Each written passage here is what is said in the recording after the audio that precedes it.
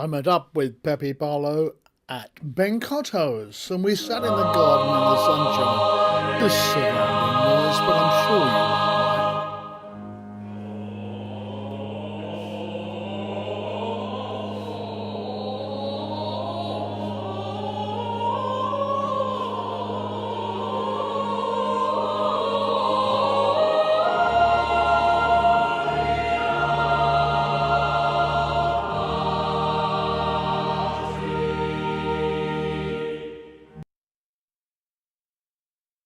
Philip Thicknesse, good old English name, Captain Philip Thicknesse, in fact, from 1719 until the 23rd of November 1792. He was a British author, an eccentric, and a good friend of Thomas Gainsborough, the local artist. He was in fact born in Staffordshire in England, the son of John Thicknesse, the rector of Fotheringhay and Joyce, and brought up in Fotheringhay. In later life he moved to the Royal Crescent in Bath and obtained a commission as captain of an independent company in Jamaica, and after 1757 was transferred to a marine regiment as captain lieutenant. The important thing for us was that in 1740 he acquired the lieutenant governorship of Landguard Fort in Suffolk. Thicknesse had a long-going fight with Lord Orwell, who was commander of the troops at the fort, and another set at Ipswich, and he refused to accept Lord Orwell's authority, and actually that landed him in jail. But Thicknesse loved that because it made him like the ordinary man. And the great thing about Thicknesse was he would never punish one of his men. He didn't think it was appropriate to use physical force to punish anybody. You've got to like the man, haven't you? Friends with the Gainsborough family. That included Thomas Gainsborough, the painter, and his brother, the inventor Humphrey Gainsborough. He was an author and he wrote for the Gentleman's Magazine, and he also published, and this is important really, The Speaking Figure and the Automaton Chess Player, Exposed and Detected. There was a machine called the Turk that became very famous as being a chess-playing machine. Thicknesse gave an expose, not very accurately, of this particular machine. There was a man hidden underneath it, but that's beside the point, really. In 1742, he eloped with Mary Lanover, who was a very wealthy heiress. He abducted her from a street in Southampton and took up residence in Bath with her, taking full advantage of the social whirl that was life in Bath in those days. It was unfortunate that in 1749 Maria and his children, 3 of them by that time, contracted diphtheria, and she and 2 of the children died, leaving only a daughter, Anna, to survive. He didn't help himself because when her parents died, he tried to recover their estate, and that typified him as a person. He spent most of his life fighting against authority. Thicknesse then married Lady Elizabeth Touchett, the daughter of James Touchett, the Earl of Castlehaven, and the Honourable Elizabeth Arundel. That was in May 1749. They had a son, George, who later became the 19th Baron Audley. For the second time he lost a wife, as Elizabeth died in childbirth in 1762, and his third wife, who was his wife's companion, Anne Ford, the daughter of Thomas Ford, he married in September 1762. Anne was a gifted musician with a beautiful voice and very well educated. She gave Sunday concerts at her father's house, but her ambition was to become a professional actress, Her and Philip Thicknesse had a son, who became Captain John Thicknesse, 1763 to 1846. The play you're going to see, I hope, is set during the time that Philip Thicknesse was Lieutenant Governor at Landguard Fort.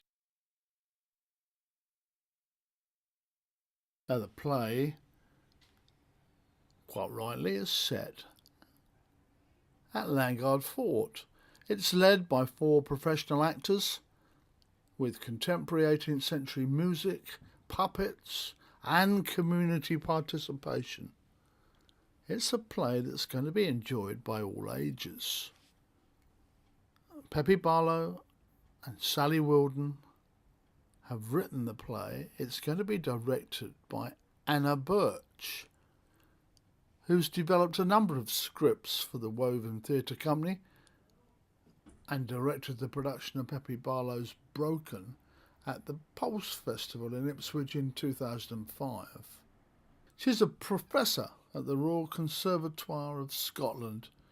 I met up with Pepe Barlow at Bencotto's and we sat in the garden in the sunshine. There's surrounding noise, but I'm sure you won't mind. After Dublin, you came back here? Yeah, I came back and lived on top of a hill in Kent and decided I was... Because you come from Kent. I do come from Kent. That's a weird place to come from. It is, isn't it? I Lots love of Kent. fruit and not much else. Yeah, lots of fruit and wonderful downs. Wonderful places. Yes.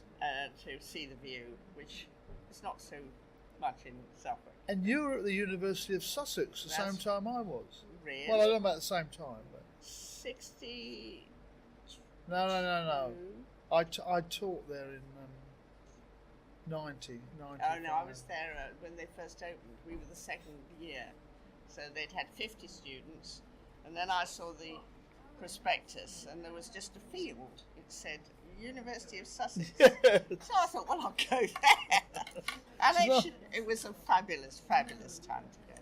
Because there were... Not much more there, really. No.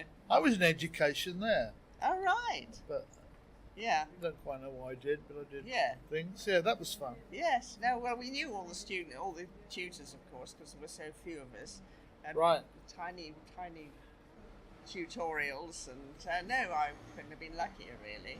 So, playwriting. We're now going down to Landguard Fort. Yes.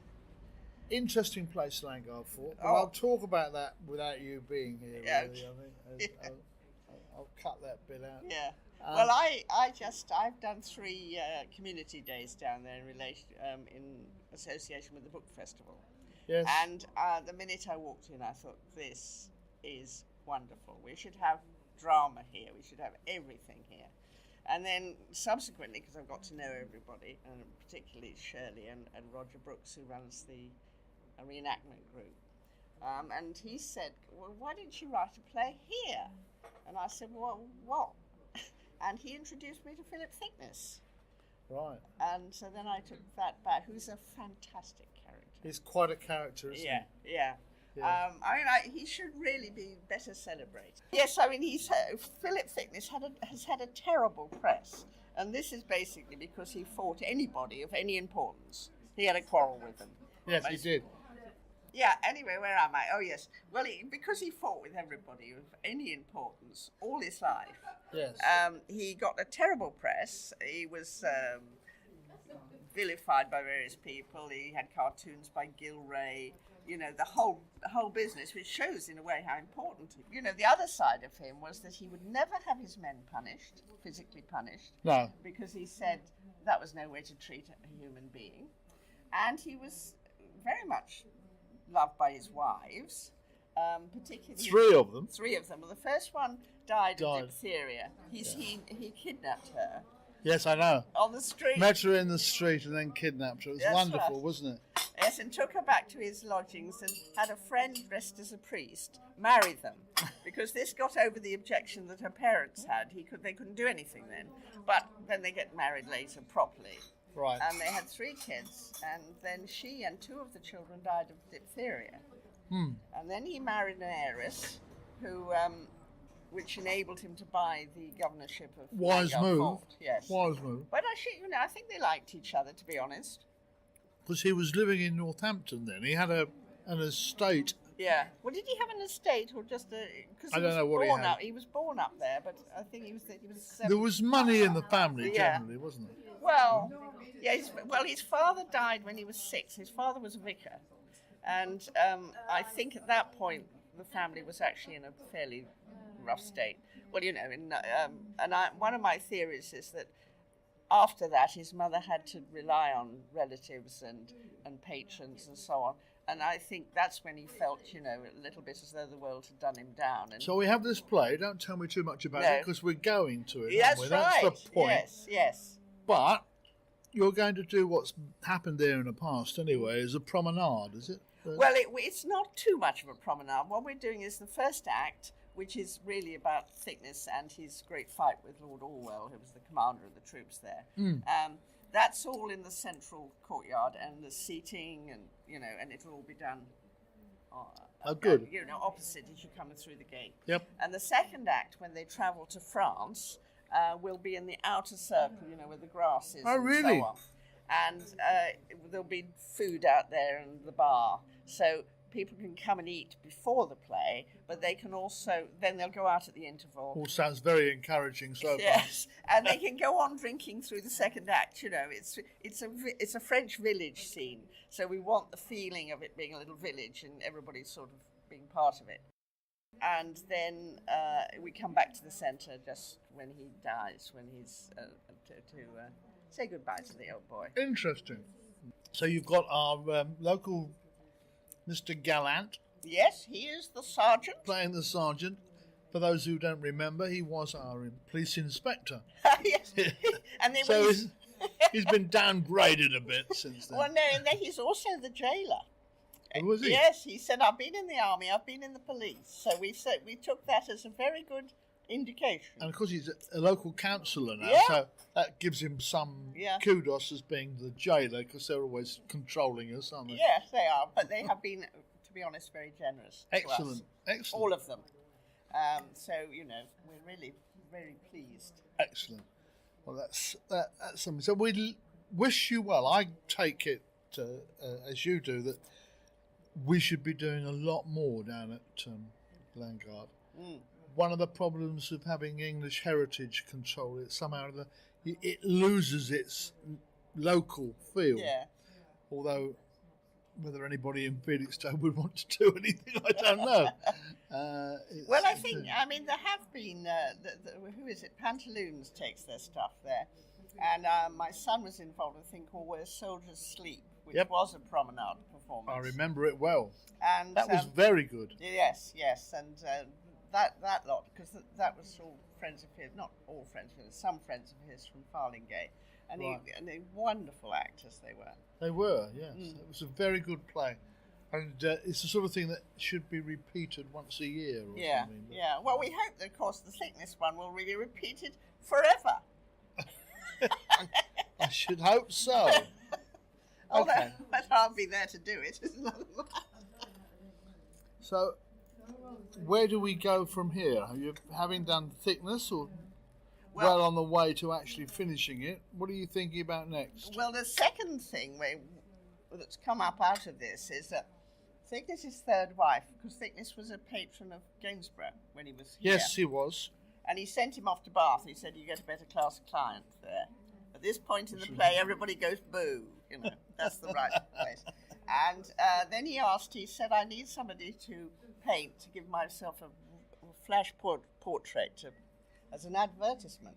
And Thicknesse, we think Thicknesse, because Anne Thicknesse, Anne Ford, who was his third wife, was a great friend of his second wife. And he recommended her, as far as we know. Were they related? Who? Anne Ford, second and third wife. I thought they might be distantly they were related. cousins or something. Oh, right. Well, they were certainly great friends. And so he said, well, what about this, Anne Ford? And it is a stunning picture. And Gainsborough hated painting portraits most of the time because he thought people were twats. But he clearly loved painting this. And she's looking away. She's not looking into the camera, as it were. And she has her legs crossed, which at the time was outrageous. Good Lord.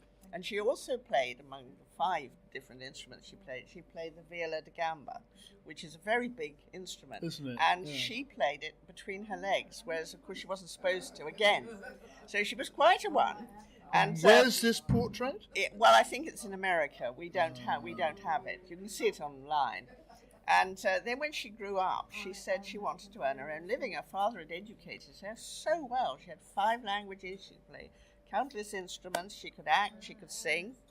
And he was very much against this. And he had her arrested twice when she tried to. She organised subscription concerts. And eventually she took refuge with the Thicknesses and had organised 3 or 4 concerts. Came out of it with £1,500, which is about $250,000 in our terms. And then came back to the fort with Philip and Elizabeth to rest, basically. And Elizabeth had her 4th child and subsequently died. Right. And she stayed and kind of looked after the kids while he went off and sorted himself out. And eventually they got married. But what we're thinking of doing next is to do a little studio piece of the portrait being painted, Right. with Gainsborough and her. Because we think they must have enjoyed each other's company enormously. Yes. And they would have agreed about a lot of things. And Indeed. and so that's the next thing. And to tour it, if we get some money for it, because we will need a bit of money, tour it round the Gainsborough Constable Trail and anywhere else, because you could do it in a space, a small space. Pause for a moment. Whilst I say you'll be taking over from Suzanne Hawkes. I wouldn't dream of taking over from Suzanne. Suzanne, I must say, I loved her tour this time. Absolutely loved it. And she had a piece on, she did have a piece on Thicknesse, which of course we were pricking up her ears. She did it beautifully. And I've got the costume that she used for that too. Suzanne loves Felixstowe. There's no question about it. She does. And she does sterling work. Anything else you want to tell me? I don't know really. Of course, I did write the Sutton Hoo mob. Some people will follow me for that. Will come because of that. And I'm sort of hoping. I'm asking Ivan to come to see this because actually, it could be shrunk down to a touring piece. But we'll see. We'll see. Otherwise, we'll probably repeat it occasionally. Yes. Because it's got all the ingredients. It's got music and fun and puppets and da-di-da, so it's in that vein. Good. Yes. Well, we look forward to that. We're going down to Landguard Fort on the 28th of September. Yes, it's 28th to the 1st of October, all 6 o'clock in the evening. On the Sunday, on the 1st, there's a matinee at 2, and tickets are from Eastern Angles. And they are £12 for adults and under £6 for people under 18.